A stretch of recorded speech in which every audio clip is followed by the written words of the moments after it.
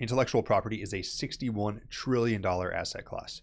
In today's video, I'm talking about a crypto project that tokenizes IP on a blockchain to make it programmable and easier to buy, sell, and use. And that project is Story Protocol. In this video, I'll be talking about what Story Protocol is, the problems it solves, how to liquid stake it, as well as the tokenomics of Story Protocol's newly released IP token. Now let's get into it. To start, let's talk about what exactly Story Protocol is. And Story Protocol is its own blockchain, and it's a blockchain that is designed for putting intellectual property on the chain. And we talk a lot about tokenizing different assets on this channel, real world assets like stocks, bonds, real estate, stable coins, which are tokenized cash or treasuries. But intellectual property is an interesting one because first off, it's a huge asset class, $61 trillion, one of the biggest asset classes in the world. Second, it's an asset class that currently is not very liquid. So think, for example, if you as an individual, if you wanted to go out and rent out the rights to use a song or buy the rights to use a song, or you created some sort of intellectual property and you wanted to put that out there for people to buy. Maybe you have some character you created that you want people to be able to use in their own animation or videos. It's actually not that straightforward, right? It would involve a lot of manual work. You might not even know where to start. It might involve making calls, signing contracts, all that sort of thing.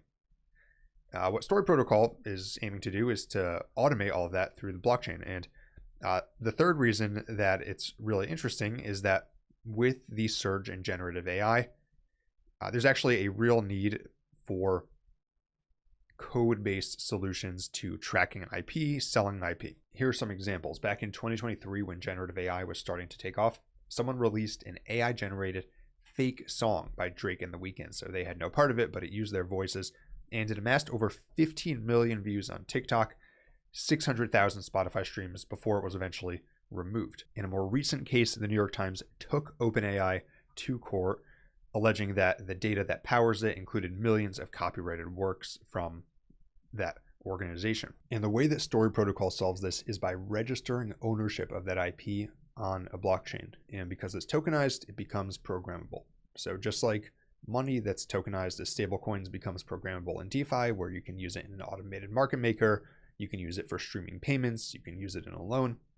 Story Protocol is aiming to do the same thing for IP. And the first way that they do this is they created the Story Network. Story Network is a layer 1. Some basics on it for those of you who are familiar with layer 1s. It's built on the Cosmos SDK. It's compatible with the Ethereum virtual machine, EVM. And critically, it has optimized data structures, which are precompiled primitives for efficient IP graph traversal. And that brings us to the second part of what sets Story apart, because most of the things about the chain itself, you talk about EVM compatible, talk about Cosmos SDK, there's lots of chains like that. But where Story Protocol stands out is they've built what's known as the Proof of Creativity Protocol. And what this is basically it's smart contracts for on-ramping IP on-chain and then setting usage terms for that IP. So you can set a rate for someone to borrow it, you can list it on a marketplace, so on and so forth. They do use NFT technology for this, which is interesting.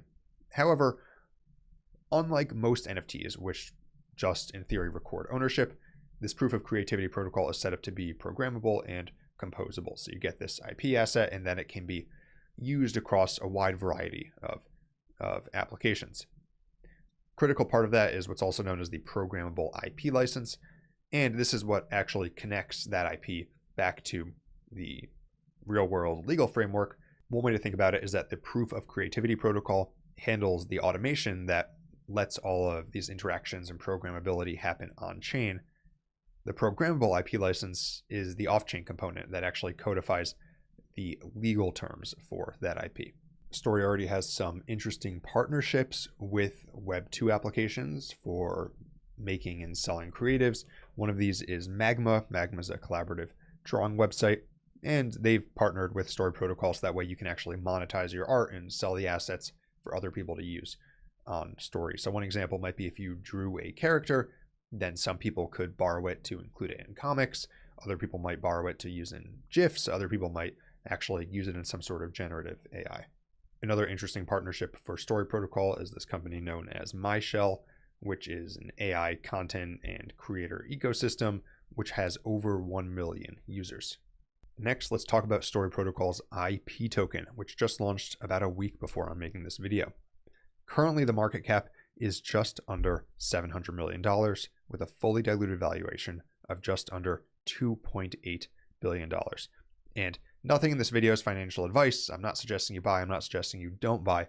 However, I'm going to note that as of the time I'm recording this, the price is up a lot today, which is unfortunate because I've been preparing for this video for a few days. But if you see this video shortly after it comes out and you're getting ready to go ape in, just check the price. I try to avoid buying on days when it's up like this because crypto is very volatile. So it goes up, goes down. I prefer to buy on down days. That's all that I'll say about that. Now, one thing to note with the market cap is that it's only around 25% of the fully diluted valuation, meaning that 75% of the tokens are still yet to come on the market. If we take a look at the unlock schedule on DeFi Llama, then it's a bit less concerning. However, there still is notable inflation. By the end of this year, the inflation rate is going to be about 30% of the current circulating supply. However, in 2026, that seems to be when inflation really picks up and you start to have unlocks from early backers, core contributors. As far as the utilities for IP, you can stake it to secure the network. Like most proof of stake networks, the network is secured by the IP token. You also use it to transact on stories, so that adds some value because people who are doing all of these things we talked about, they will need to at some point in that step buy and use IP, and then it's used to govern the IP ecosystem. If you do decide to invest in or use Story, you can buy their IP token across a number of exchanges. You can see them here on CoinGecko. And then aside from actually using it for its main purpose of buying, selling, using IP, there are some DeFi things you can do on Story at the moment. You could stake Story itself, stake IP itself, or you could take it to a liquid staking protocol. And my preferred place to liquid stake IP would be Metapool. I also advise Metapool. However, what I think is really notable about them is they've been around for years at this point. They're one of the leading liquid staking providers on Near, which is a major chain. And so their app is battle tested, and you can earn that 10.96% APY on Story on Metapool. You receive STIP, and then you can take that STIP. You can either sell it if you choose to at any time, or you can take it to other DeFi apps to earn additional yield, use it as collateral, etc., while still continuing to accrue that Story Protocol staking returns. If you want to learn more about the latest chains, yield farms, and so on, be sure to check out my newsletter, newsletter.dynamodefi.com. Every single week, we send out a free newsletter with recommended readings, on-chain analysis to keep you up to date on the crypto market. For more videos like this, be sure to like and subscribe. And until next time, this is Dynamo DeFi.